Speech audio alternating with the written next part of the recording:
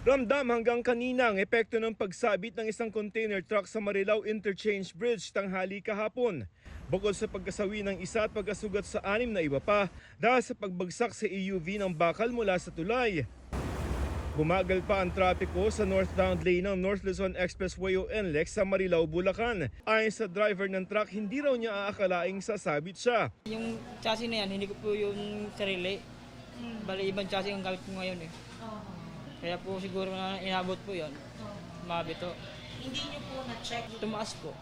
Ayon naman sa NLEX, sadyang iniwasan ng truck ang kanilang mga enforcer at dumaan sa may Kawayan, Bulacan. Nalingat lang po yung tao po namin kaya doon kaya hindi po nakita na talagang sumagi po siya. Ibinaba na rin sa 4.27 meters ang vertical clearance sa toll booth. Dati po kasi yan, nakakalusot po yan dyan.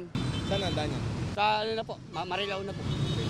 Marilaw din. O, palabas po ng Makarto. Hindi na nga namin sir alam kung saan kami dadaan eh.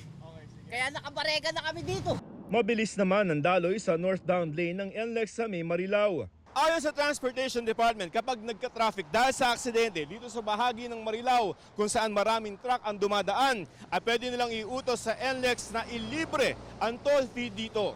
Pinagpapaliwanag din ng DOTR ang NLEX Corporation kung bakit hindi nila dapat suspindihin o baguhin ang concession agreement nila gayong tila sunod-sunod ang mga aksidente sa lugar.